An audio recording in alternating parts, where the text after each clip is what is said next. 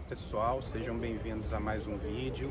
E a gente agora está na região central do Rio, a zona portuária, e no Cais do Valongo, essa região aqui foi declarada Patrimônio Mundial, Patrimônio Histórico Mundial pela Unesco em 2017. E a história dessa região ela é muito interessante porque foi aqui o principal ponto de entrada de escravos africanos no Brasil até meados do século XIX. Essa região representa a exploração e o sofrimento de quem foi trazido à força até o Brasil durante a segunda metade do século XVIII e meados do século XIX. Aqui nós podemos falar então de heranças que ficam muito claras quando a gente chega nessa região, né? O Brasil ele viveu mais de 300 anos convivendo com a escravidão, e a escravidão deixou uma herança de racismo estrutural, ou seja, a ideia de que a distinção racial está na estrutura da sociedade, nas mais variadas estruturas da sociedade, notadamente quando a gente fala, por exemplo, de acesso a cargos e empregos públicos, de acesso à educação, de acesso a trabalho. Em todos esses espaços encontra-se presente o racismo, quer na forma direta, quer na forma indireta.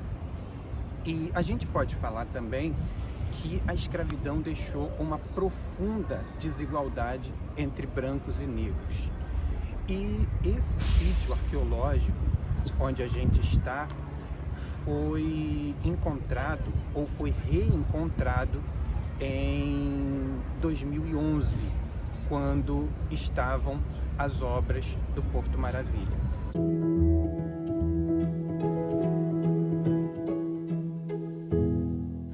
O tráfico de escravos deixou no Brasil, e em especial na cidade do Rio de Janeiro, espaços históricos cuja finalidade precisa ser conhecida para que a história não seja deixada de lado. Até 1770, os negros aprisionados na África e trazidos ao Brasil como escravos desembarcavam na então Praia do Peixe, hoje Praça 15 de Novembro. Eram negociados como verdadeiras mercadorias na Rua Direita, atual Avenida 1º de Março. Mas a presença dos negros e das negras escravizadas na região da Praia do Peixe incomodava a elite portuguesa que frequentava aquele espaço. Por isso que ainda na década de 1770, uma nova lei determinou a transferência do mercado de escravos para o Cais do Valongo.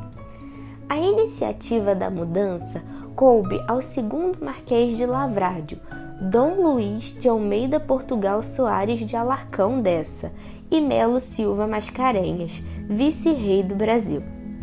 Após a chegada da corte portuguesa ao Brasil, em 1808, a região do Cais do Valongo passou a ser frequentada por um número muito maior de pessoas em busca de comprar e vender escravos. Esse aumento se deve ao grande crescimento da população da cidade do Rio de Janeiro.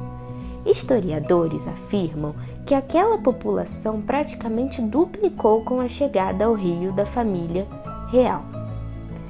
Em 1831, o Brasil proibiu formalmente o tráfico negreiro através da Lei de 7 de novembro de 1831, também conhecida como Lei Feijó, promulgada após forte pressão da Inglaterra pelo fim da escravidão.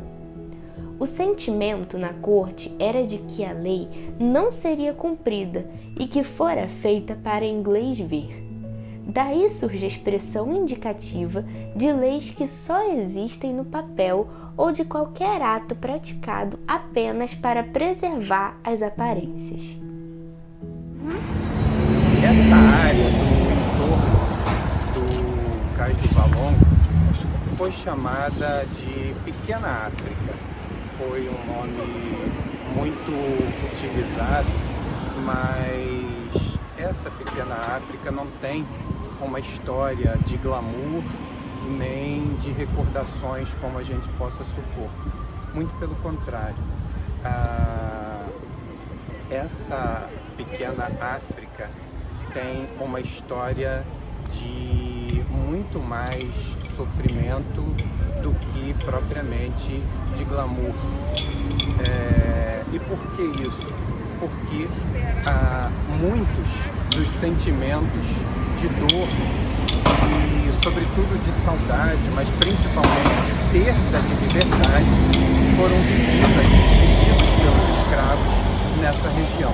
E é isso que a gente vai ver agora.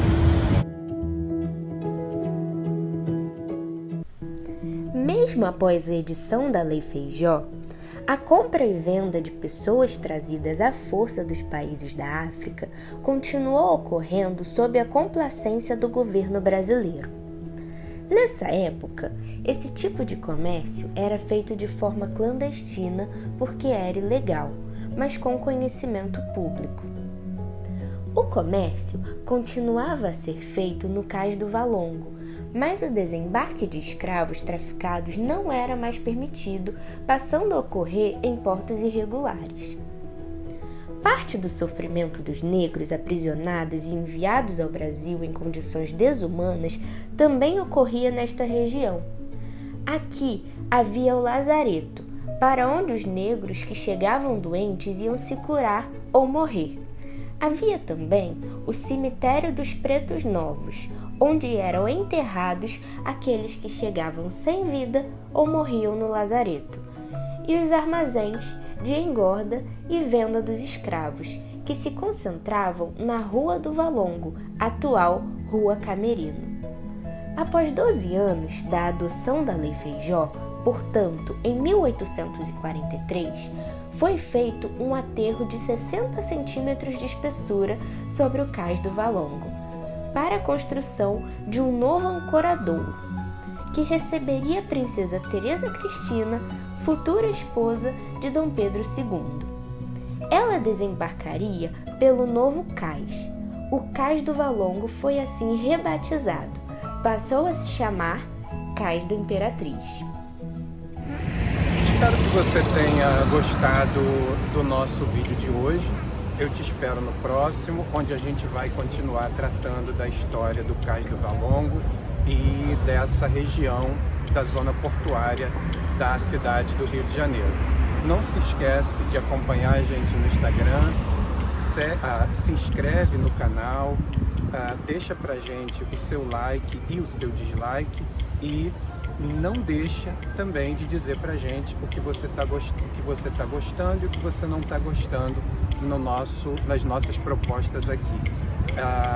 Vários inscritos têm dado sugestões pra gente. A sugestão sobre o Cais do Valongo foi da Isabela, uma aluna minha, e você também pode mandar a sua sugestão para cá. O que você gostaria de ver abordado no Conta de Novo? Então participa com a gente, até o próximo, tchau!